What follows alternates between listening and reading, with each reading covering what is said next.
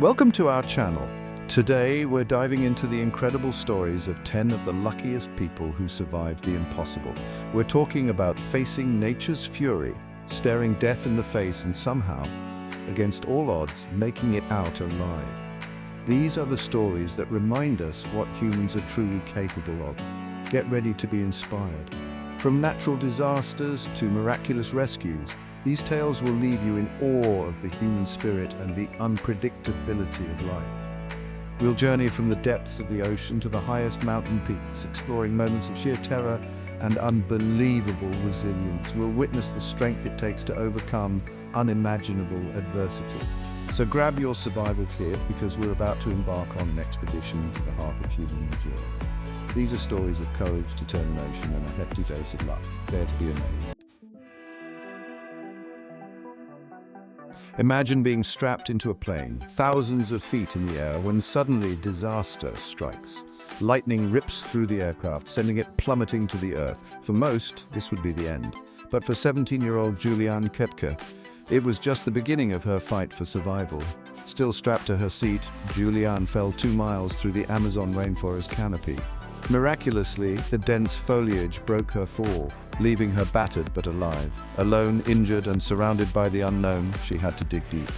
She remembered her father's advice: follow the water to find civilization. For 11 days, Julianne battled the unforgiving jungle. She navigated treacherous terrain, fended off insects, and endured the gnawing pangs of hunger.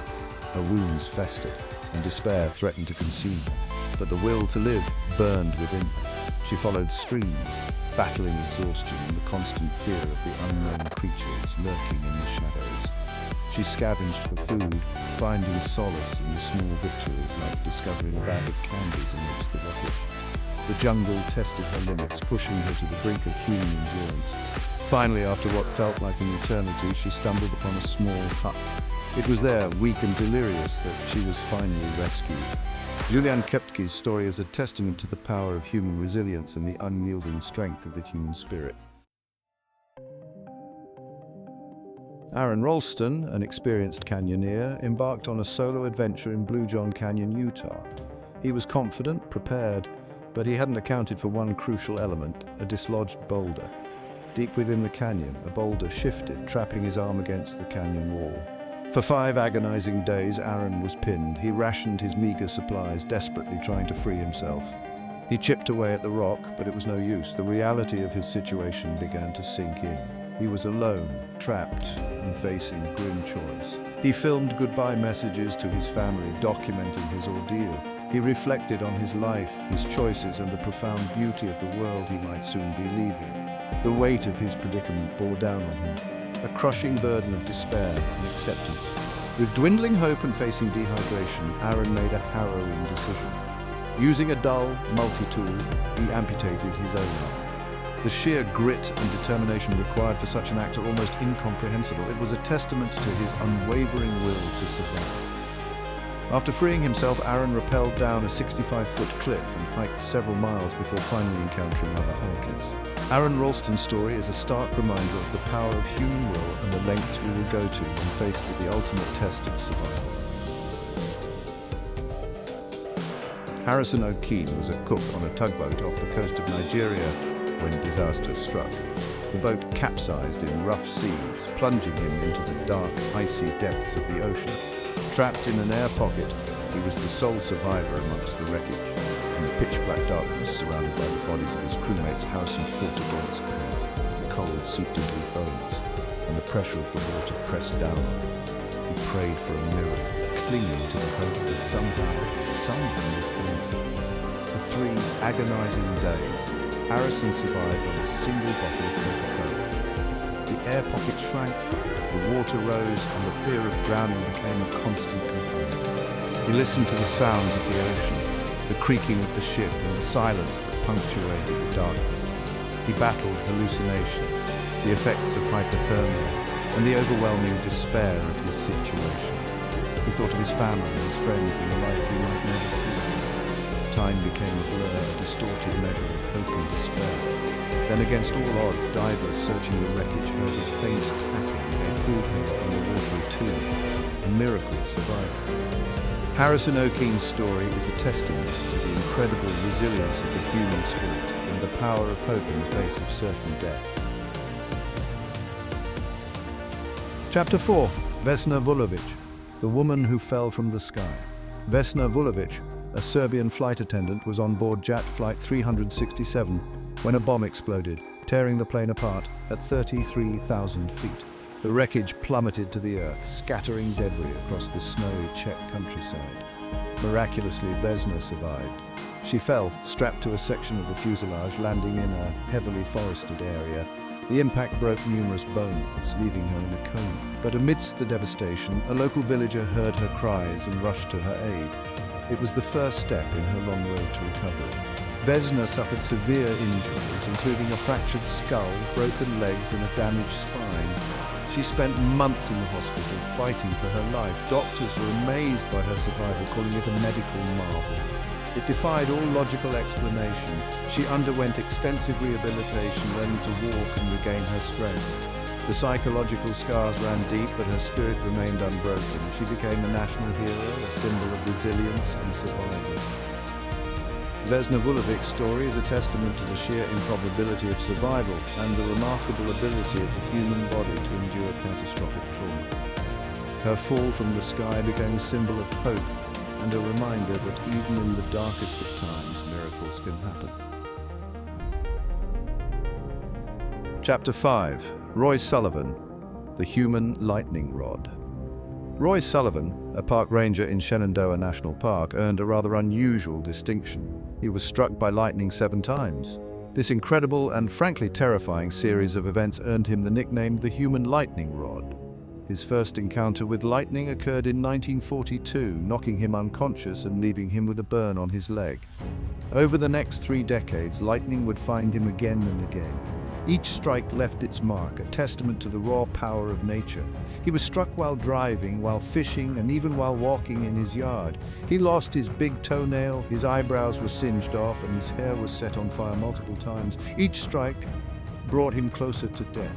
Yet he somehow persevered. Some began to whisper that he was cursed, while others marveled at his improbable survival. He carried a bucket of water with him, a desperate attempt to quell the electrical forces that seemed drawn to him. He became a living legend, a walking paradox of misfortune and resilience. Roy Sullivan's story is a bizarre tale of repeated misfortune and incredible survival. It's a reminder of the unpredictable nature of life and the sheer randomness of fate.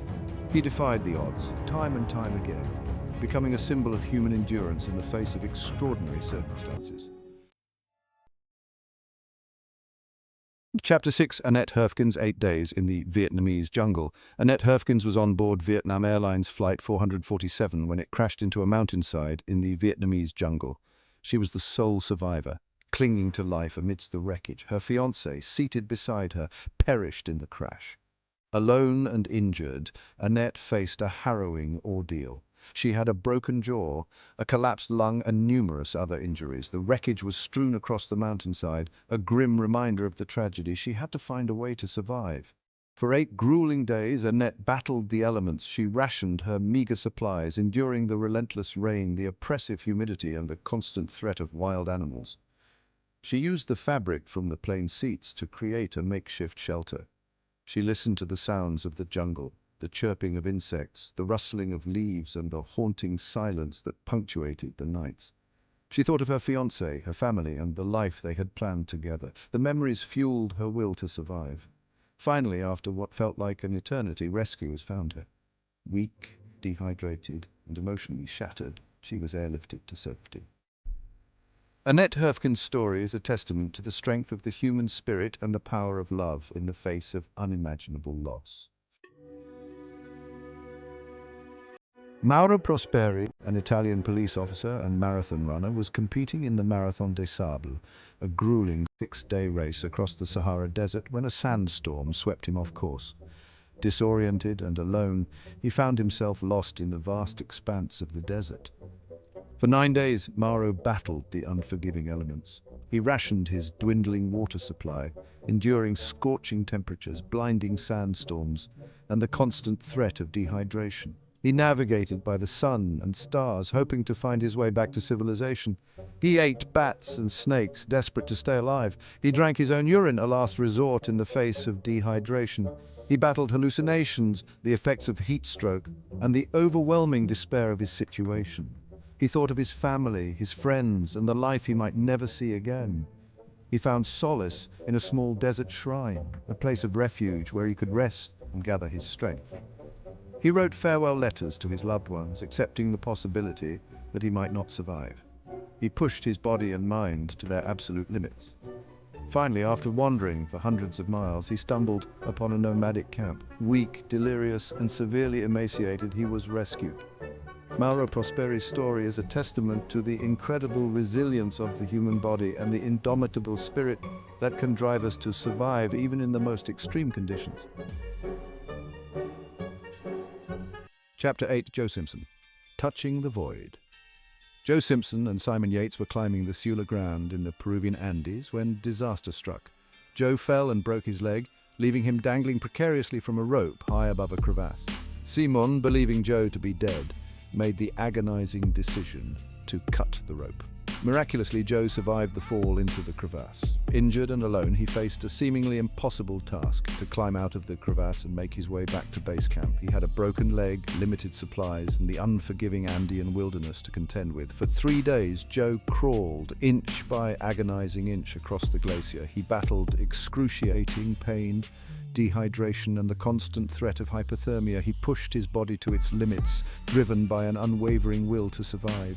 He hallucinated, conversing with imaginary companions.